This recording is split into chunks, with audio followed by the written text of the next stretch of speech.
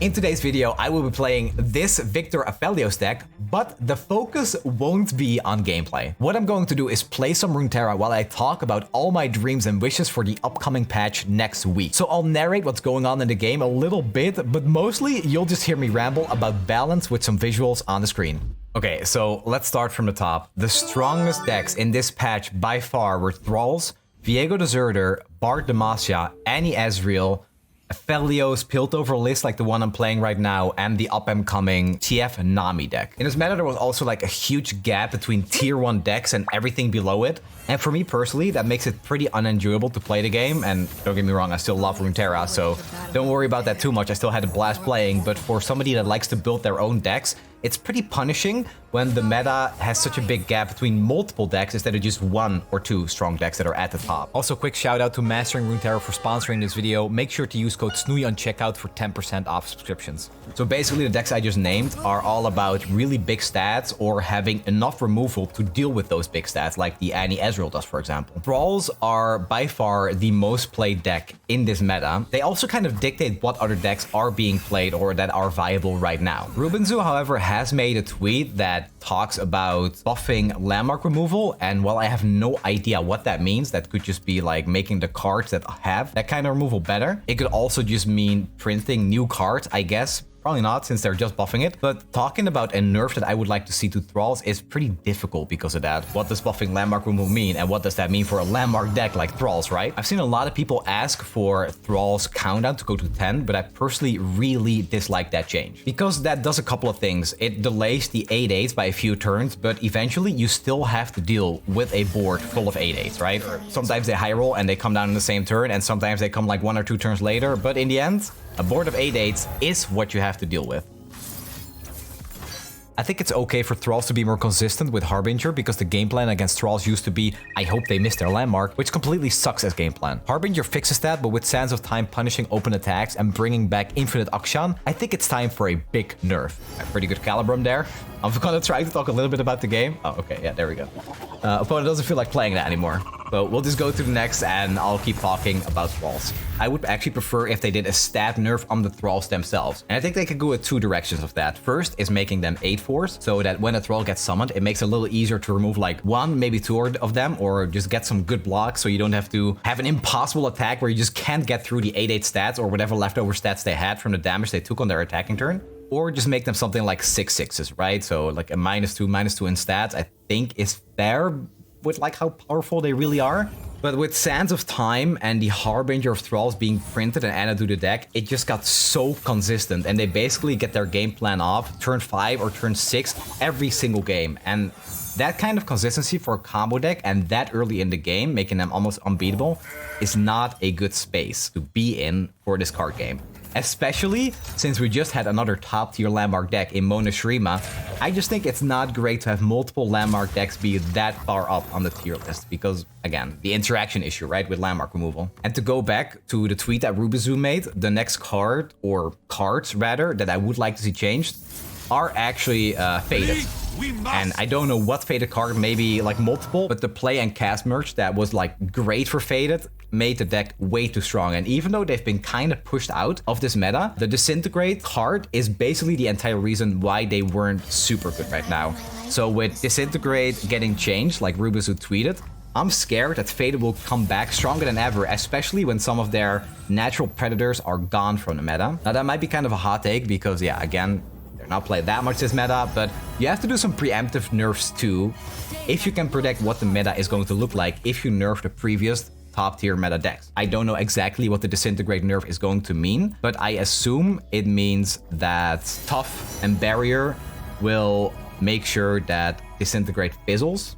It doesn't just go through Barrier anymore. It doesn't go through when your unit took 0 damage, and I think that makes a lot of sense.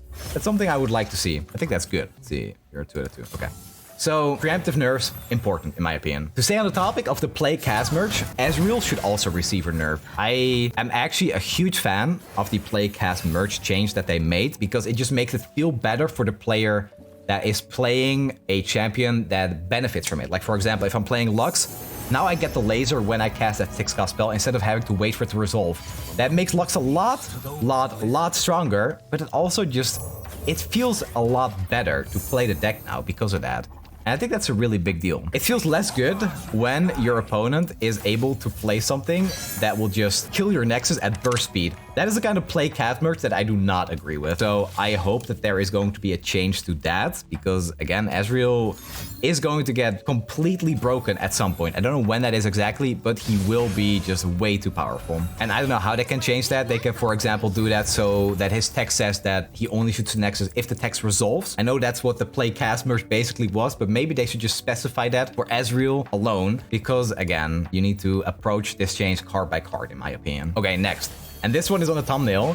I don't actually want this card to get nerfed to 10 mana, but I think that Broadwing needs some serious nerfs. As a 3/3 basically for 2 mana that will just dictate the entire early game and remove any early game engines or any early game value that I play is so ridiculous. I really do not agree with that card. And if you nerf it to 3 mana, it's awful. It's just a weak card.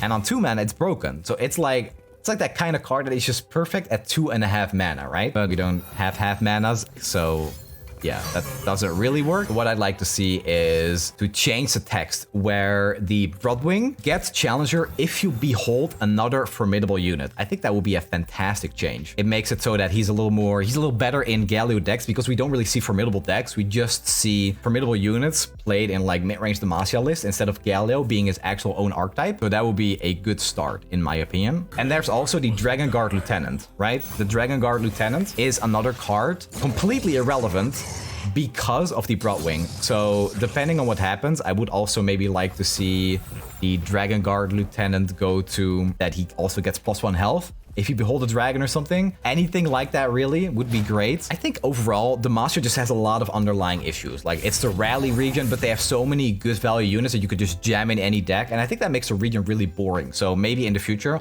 I'll release like a video that talks about Demacia more in depth. But right now, I think there are individual cards that make the region just too strong on top of the rallies they can provide. Another card, for example, is the Brightsteel Protector. I think as a 3/2 and the ability to completely protect a unit is kind of crazy. That card might need some nerfs to maybe make it go down to like a 2/2 or something. That'd be a good start. Another 2-mana Marsian Guard that's just way too strong, especially with the Broadwing, is the Durant Sculptor.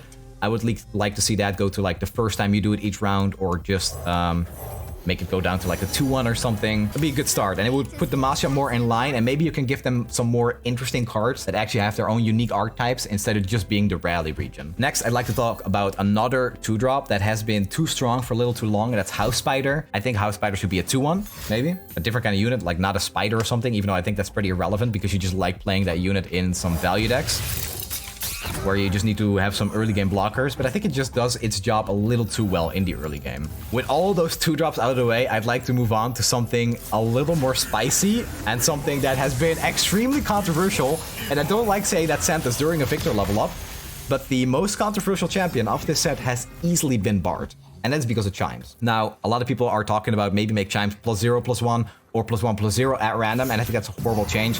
Completely will kill the archetype, so I don't think they should do that at all. Instead, some cards just need stat changes. For example, all right, let me play this turn. Let's play a progress there. Hell not. So stat change. I think Bird should be a 1/2 instead of a 2/1. Now, I'm not 100% sure on that, because the problem then becomes, what if multiple Chimes land on the Bird? Then it's a 4/5 instead of a 5/4, and maybe that just makes the card like even stronger.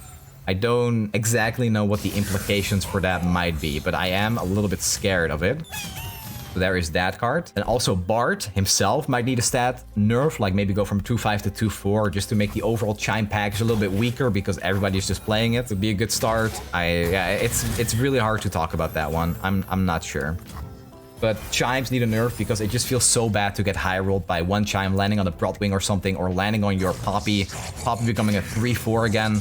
It's just too much. We need some changes there. I just don't know what they are exactly. But Chimes are too frustrating to play against, even if they're not like ultra top tier. I just think it's not okay for that type of deck to be around for a long time. RNG feels really bad, and RNG is also just not something that Runeterra is all about. I'm also gonna show you guys this. Hold on, where is it? I wrote down like a lot of stuff here.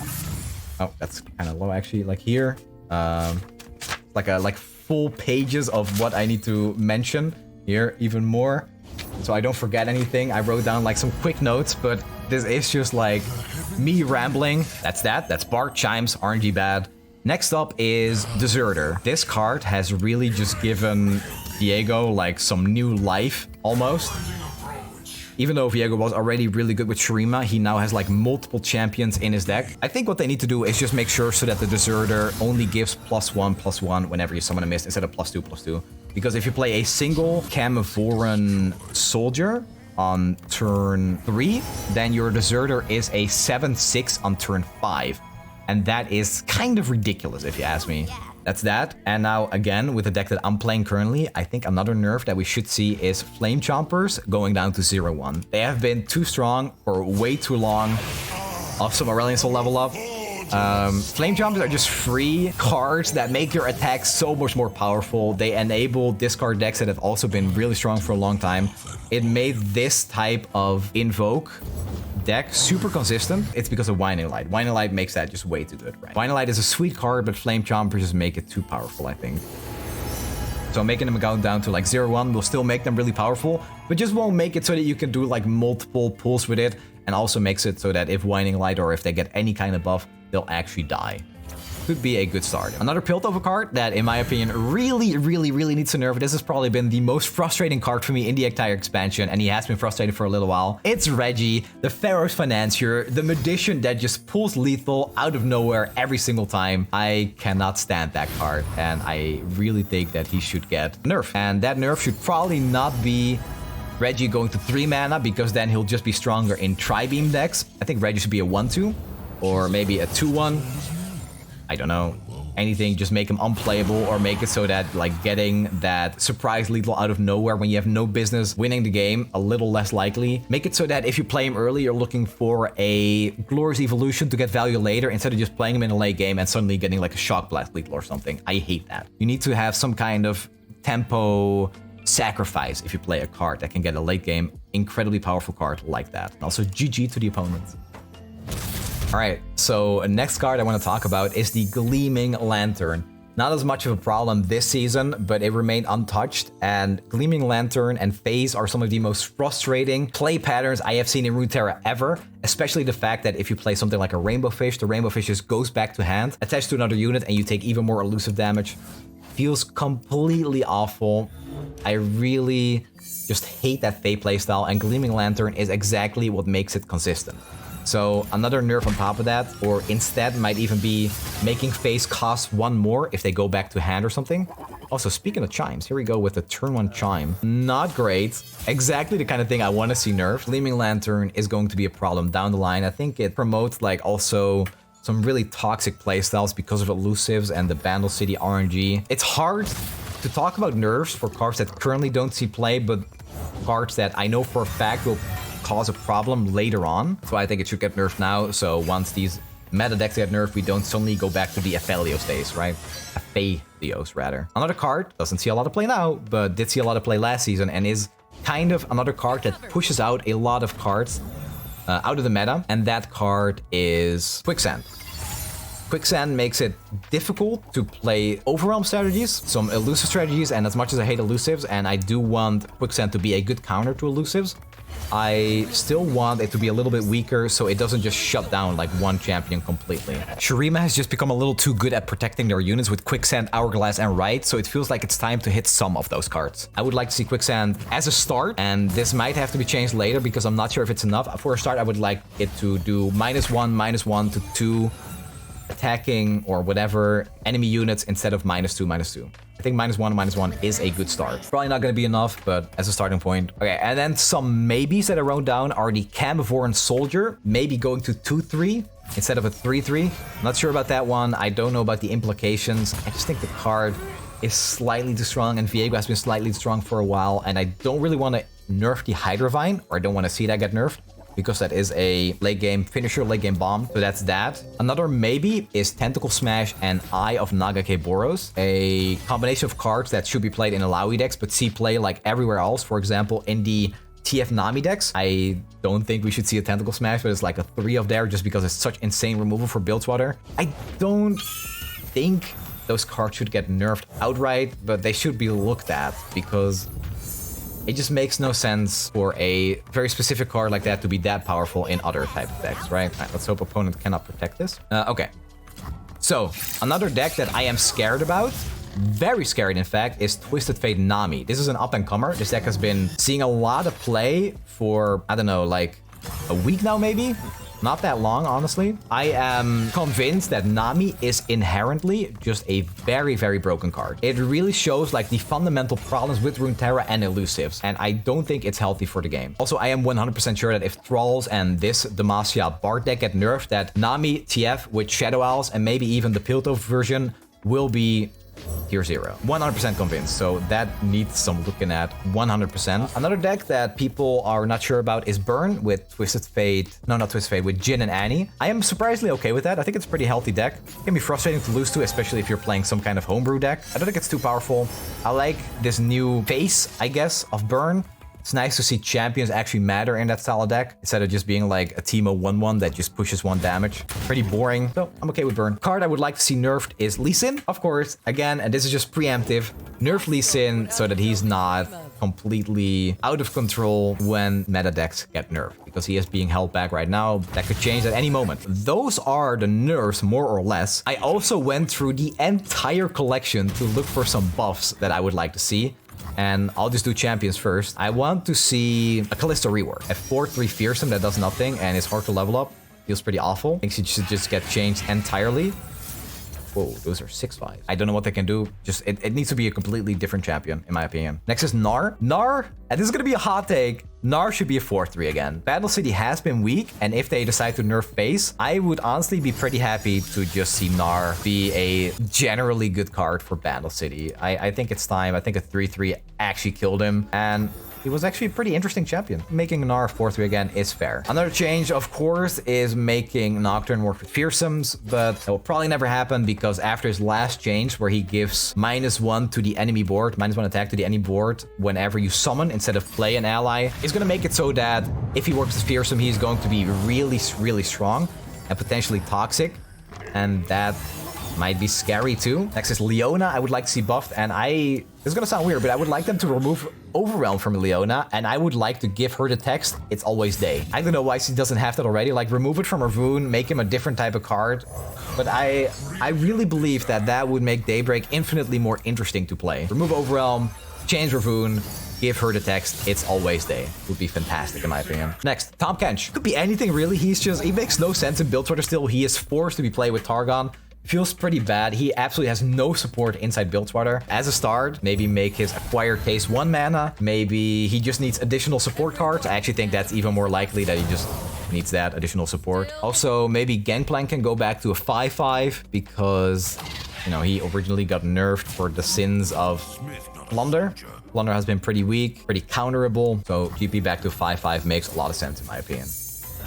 Next is the final champion that I would like to see buffed, and that's Vi, and I will talk about that in a second. I would like Vi's attack buffs when she's in your hand to apply to all Vi's in deck, so it feels less bad to top deck her. Top decking a 5-mana 2-4 late game is awful. They just need to make Vi a little more feel good, I guess, not feel as punishing to put in your deck. That's why most people play her as a 1-up, so you can keep her in your opening hand and you're not punished for top decking another one late game. All these buffs that I just mentioned are basically just making the cards a little more feel good, which is what the Play Cast merch did too, so that's a good direction for Runeterra to take. Next up are the followers, and I want to start with a personal favorite, and it's Errol the Tracker. I've talked about increasing her stats, reducing her costs, but a good change for Errol, in my opinion, would be to just make it so that all buffs on her are permanent, much like Out of the Way, for example. You play a Pale Cascade, she gets a +1/+1 permanently. You play the +2 attack Blade Fragments, she will always be a 4/5. Good direction for her to take. Next is Fangs. As usual, make Fangs go to a 3/2. I say this buff at least every single time I talk about buffs.